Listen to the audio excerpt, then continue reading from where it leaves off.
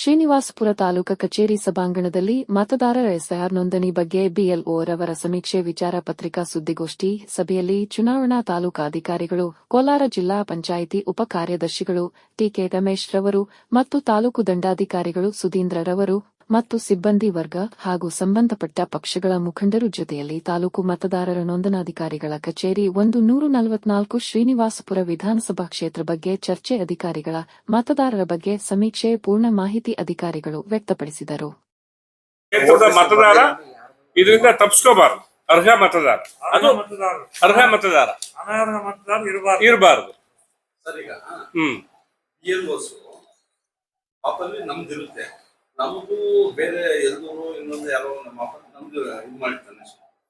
ಈ ನಮ್ಮೂರಲ್ಲಿ ಎಲ್ಲೋ ಇರಲ್ಲ, ಅದು ಅವ್ರು ಕ್ಲೋಸ್ ಮಾಡಿ ಮತ್ತೆ ನಮ್ಗೆ ಮಾಡೋದಕ್ಕೆ ಅವಕಾಶ ಇದೆಯಾ? ಅಂದ್ರೆ ಇಲ್ಲ ಏಕಕಾಲ ಅದು. ಈಗ ನಮ್ಮಲ್ಲಿ ಉದಾಹರಣೆ ನೋಡಿ, ನಮ್ದೇ ಅಂತ ಇಟ್ಕೊಳ್ಳಿ. ಈಗ ನಂದು ಏನೇ ಬೇರೆ ನಮ್ಮ ಹಳ್ಳಿ ನೇಟಿವ್ ನಲ್ಲಿ ಇದ್ರು ಕೂಡ ನಾನು ಬೆಂಗಳೂರಲ್ಲಿ ವಾಸ ಮಾಡ್ತಾ ಇದ್ರೆ ಅದನ್ನ ಅಲ್ಲಿರ್ತಕ್ಕಂಥ BLO ಮಾತಾಡಿ ಅದ್ರ ಡೀಟೇಲ್ಸ್ ತಗೊಂಡು ಇಲ್ಲಿ ಎಂಟ್ರಿ ಮಾಡಕ್ಕೆ ಅವಕಾಶ ಇದೆಯಲ್ಲ. 2002 ಮತ್ತೆ 1/1/2020 ಕಾಲ ಮೂರು ಕೊಟ್ಟಿದೀವಲ್ಲ. ಮಿಸ್ಟೇಕ್. ನಮ್ಮ ಹೆಸರು ಬೇರೆಯವ್ರು ಮಾಡಿರ್ತಾರೆ, ಇಲ್ಲಿ ಕೇಳಿದ್ರೆ ಆಗೋಗಿದೆ ಅಂತಾರೆ. ಅವ್ರು ನಾವು ಇಲ್ಲಿ ನಮ್ಮ BLO ಎಲ್ಲಾದ್ರು ಮಾಡಿದ್ರ ಅಂತಾರೆ, ನಾವಿಲ್ಲ ಅಂತ ಹೇಳ್ತೀವಿ. ಅದು ಆಪಲ್ ಏನೋ ಮಿಸ್ಟೇಕ್ ಆಗುತ್ತೆ. ಅವ್ರು ಕ್ಲೋಸ್ ಮಾಡಿ ಮತ್ತೆ ನಾವು ಯಾರು ಇವ್ರದ್ದು ಎಂಟ್ರಿ ಮಾಡಿದಾರೋ ಈಗ ನೀವು ನಿಮ್ಮೂರಲ್ಲಿರೋ BLOಗೆ ತೋರಿಸುತ್ತೆ, ಅವ್ರಿಗೆ ಫೋನ್ ಮಾಡಿ ಅನ್ಮ್ಯಾಪ್ ಮಾಡಿಸ್ಕೊಂಡು ಮಾಡ್ತಾ ಇದ್ದಾರೆ. ಇದೆ ಅದು ಕಾಲಾವಕಾಶ ಟೈಮ್ ಇದೆಯಾ ಅಂತ ಹೇಳೋದು. 8ನೇ ತಾರೀಕುವರೆಗೂ ಇದೆ ಟೈಮ್. ಆಮೇಲೆ ಫರ್ದರ್ ಆಮೇಲೆ ಇಲ್ಲ, ಟೈಮ್ ಇಲ್ಲ. 8ನೇ ತಾರೀಕುವರೆಗೂ ಲಾಸ್ಟ್.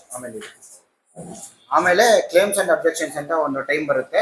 ಕ್ಲೇಮ್ಸ್ ಅಂಡ್ ಅಬ್ಜೆಕ್ಷನ್ ಟೈಮಲ್ಲಿ 6, 7, 8 ನೀವು ಏನ್ ಮಾಡ್ತೀರಾ, 6 ಅಂದ್ರೆ ಸೇರ್ಪಡೆ ಮಾಡೋದಕ್ಕೆ, 7 ತೆಗೆದಾಕೋದಕ್ಕೆ, 8 ಏನಾದ್ರು ಸ್ಪೆಲ್ಲಿಂಗ್ ಮಿಸ್ಟೇಕ್ಸ್ ಅಥವಾ ಈ ಬೂತ್ ಇಂದ ಬೇರೆ ಕಡೆ ಹಾಕೋದಕ್ಕೆ ಆ 3 ಅರ್ಜಿಗಳನ್ನ ಹಾಕೊಂಡು ಮಾಡ್ಕೋಬಹುದು.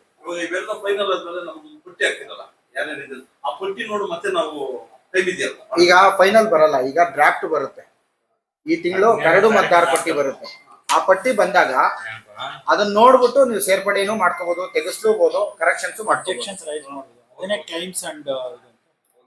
ತಹಶೀಲ್ದಾರ್ ಅವರು ಮತ್ತೆ ನಾವು ಎಲ್ಲ ನಿಮಗೆ ಮಾಹಿತಿಯನ್ನ ರೆಗ್ಯುಲರ್ ಆಗಿ ಕೊಡ್ತಾ ಇದೀವಿ. ಎಲ್ಲ ಮಾಹಿತಿ ಬರ್ತಾ ಇದೆಯಲ್ಲ ನಿಮಗೆ? ರೆಗ್ಯುಲರ್ ಮಾಹಿತಿ ಬರ್ತಾ ಇದೆ. ಈಗ ನಮಗೆ ಗೊತ್ತಿದ್ದಂಗೆ ಈಗ ನಮ್ಮಲ್ಲಿ 2,19,027 ಇರ್ತಕ್ಕಂಥ ಮತದಾರರು, 284 ವಾರ್ಡ್ಗಳು ಇರ್ತಕ್ಕಂಥದ್ದು.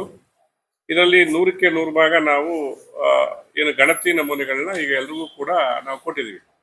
2,19,027 ಅಂದ್ರೆ ಅವ್ರಿಗೆ ಅಲ್ಲದಿದ್ರು ಅವ್ರ ಕುಟುಂಬಕ್ಕೆ ಮತ್ತೆ ಮನೆಗಳಿಗೆ ನಾವು ಹಂಚುವಂತ ಕೆಲಸ ಈಗಾಗಲೇ ಮಾಡಿದ್ದೀವಿ. ಇದಕ್ಕೆ ಈಗಾಗಲೇ ನಮಗೆ ಡಿಜಿಟೈಸೇಷನ್ ನಲ್ಲಿ ಈಗ ಅಂದ್ರೆ ನಮ್ಮಲ್ಲಿ 2 ಗಂಟೆ ಟೈಮ್ಗೆ ಇರ್ತಕ್ಕಂಥ ವರದಿ ಇದು.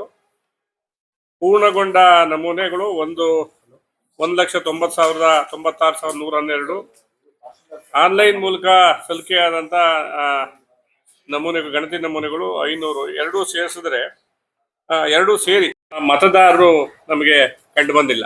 ಅಂದ್ರೆ ಈ ಒಂದು ಕಾರಣದಿಂದ ನಾನೇನು ಈಗಾಗಲೇ ಹೇಳಿದಂಥ ವಿಚಾರದಲ್ಲಿ ಮತದಾರರು ಕಂಡು ಬಂದಿಲ್ಲ. ಇದೆಲ್ಲ ನಮಗೆ ಒಟ್ಟಾರೆ 10.40% ಆಗುತ್ತೆ. ಈಗ 10.40% ASDDU ಅಂತ ನಾವು ಹೇಳ್ತೀವಲ್ಲ, ಆಬ್ಸೆಂಟು, ಶಿಫ್ಟು, ಡೆತ್ತು, ಡಬಲ್ ಎಂಟ್ರಿ ಮತ್ತೆ ಅದರ್ ಕಾರಣದಿಂದ ಇರ್ತಕ್ಕಂಥದ್ದು ಎಲ್ಲವೂ ಕೂಡ 10.4%. ಇನ್ನು ಈಗಾಗಲೇ ಡಿಜಿಟೈಸೇಷನ್ ಆಗಿರ್ತಕ್ಕಂಥದ್ದು 89.54 ಎರಡೂ ಸೇರಿಸಿದ್ರೆ ನಮ್ಮ ಶ್ರೀನಿವಾಸಪುರ ವಿಧಾನಸಭಾ ಕ್ಷೇತ್ರದಲ್ಲಿ ಒಟ್ಟು ಪ್ರಗತಿ 99.94% ಆಗ್ತದೆ. ಬಹುಶಃ ಇನ್ನ ಬಾಕಿ ಇವತ್ತೆಲ್ಲ ಏನು ಸಣ್ಣ ಸ್ವಲ್ಪ ಪ್ರಮಾಣದಲ್ಲಿ ಮಾಹಿತಿ ಬಾಕಿ ಇದೆ. ಅದು ಇವತ್ತು ಇನ್ನೇನು 1 hour 2 hour ಕೂಡ ಅದು ಮುಗಿಯುತ್ತೆ. ಇನ್ನೊಂದು 40-43 ಫಾರಮ್ಸ್ ಅನ್ನು ನಾವು ಈಗ ಬಾಕಿ ಇರ್ತಕ್ಕಂಥದ್ದನ್ನು ಕೂಡ ನಾವು ಕ್ಲಿಯರ್ ಮಾಡ್ತೀವಿ ಇವತ್ತೇ. ಅಂದ್ರೆ ಇಲ್ಲಿಗೆ ಇಂದಿಗೆ ಆಲ್ಮೋಸ್ಟ್ ಎಲ್ಲ ಡಿಜಿಟೈಸೇಷನ್ ಮುಗ್ದಂಗೆ ಆಗುತ್ತೆ ಇಂದಿನ ದಿನಕ್ಕೆ. ಇದು ನಾವು ಬಹುಶಃ ನಮ್ಮ ಜಿಲ್ಲೆನಲ್ಲಿ, ಕೋಲಾರ ಜಿಲ್ಲೆನಲ್ಲಿ ನಾವೇ ಅತ್ಯಧಿಕವಾಗಿ ಡಿಜಿಟೈಸೇಷನ್ ಮಾಡಿದ್ದೀವಿ. ಈಗ ಇಲ್ಲಿ ಇರ್ತಕ್ಕಂಥ ಮಾಹಿತಿ ಪ್ರಕಾರ ಮುಂದಿನ ದಿನಗಳಲ್ಲಿ ಏನು ಸರ್ಕಾರದ ನಿಯಮಗಳು ಏನಿದೆ, ಈಗ ಆಲ್ರೆಡಿ ಚುನಾವಣಾ ಕಮಿಷನ್ ಏನ್ ಹೇಳಿದ್ದಾರೆ, ನೆಕ್ಸ್ಟ್ ಸ್ಟೆಪ್ ನಾವು ಇದು ಡಿಜಿಟೈಸೇಷನ್ಗೆ ಪೂರ್ಣಗೊಂಡಿರ್ತಕ್ಕಂಥ ನಮೂನೆಗಳನ್ನ ನಿಮಗೆ ಮಾಹಿತಿ ಕೊಡ್ತಕ್ಕಂಥದ್ದು. ಇದರಲ್ಲಿ ಮೈನಸ್ ಯಾವ್ಯಾವ್ದು ಆಗ್ತಾ ಇದೆ ಅಂದರೆ ನಾವು ಪರಿಶೀಲನೆ ಮಾಡಿದಂಥ ಸಂದರ್ಭದಲ್ಲಿ ಡೆತ್ ಆಗಿರ್ತಕ್ಕಂಥವ್ರು ಮೃತರು 4,399, ಅದು 2.01% ಆಗುತ್ತೆ. ಪತ್ತೆಯಾಗದವರು ಅಂದರೆ ಇಲ್ಲದೆ ಇರ್ತಕ್ಕಂಥ ಗೈರು ಹಾಜರಾಗಿರ್ತಕ್ಕಂಥದ್ದು 4,420, 2.02. ಪರ್ಮನೆಂಟ್ ಆಗಿ ಸ್ಥಳಾಂತರಗೊಂಡಿರ್ತಕ್ಕಂಥವ್ರು 12,160, 5.55%.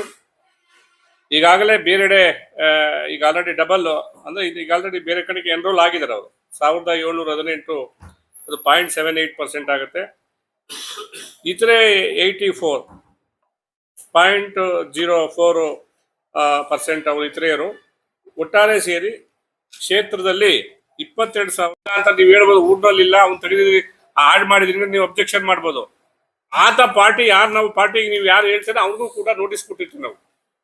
ಅಬ್ಜೆಕ್ಷನ್ ಹಾಕೋನು ನೋಟಿಸು, ಮತ್ತೆ ಯಾರು ಆ ಪಟ್ಟಿಲಿ ಇರ್ತಕ್ಕಂಥ ನೋಟಿಸ್ ಜಾರಿ ಮಾಡಿ ಇಂಥ ಸಮಯದಲ್ಲಿ ಇಂಥ ಡೇಟಲ್ಲಿ ಬಂದು ನೀವು ಹಾಜರಾಗಿತ್ತು ಹೇಳ್ತೀವಿ. ಆ ಟೈಮಲ್ಲಿ ಹಾಜರಾದಾಗ ನಾವು ಈ ತರ ನಾವು ಹೀರಿಂಗ್ ಮಾಡ್ತೀವಿ, ವಿಚಾರಣೆ ಮಾಡ್ತೀವಿ, ಫೈನಲೈಸ್ ಮಾಡ್ತೀವಿ.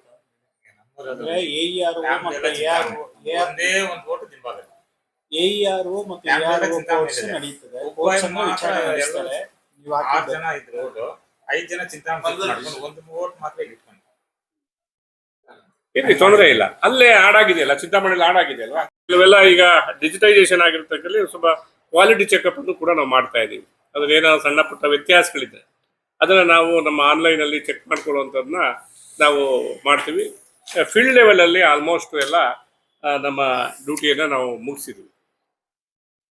5,000 ಆನ್ಲೈನ್ ಅಂತಂದ್ರೆ ಆನ್ಲೈನ್ ಹೆಂಗೆ ನಿಮಗೆ 500 500 ಆನ್ಲೈನ್ ಅಲ್ಲಿ ಯಾವ ರೀತಿ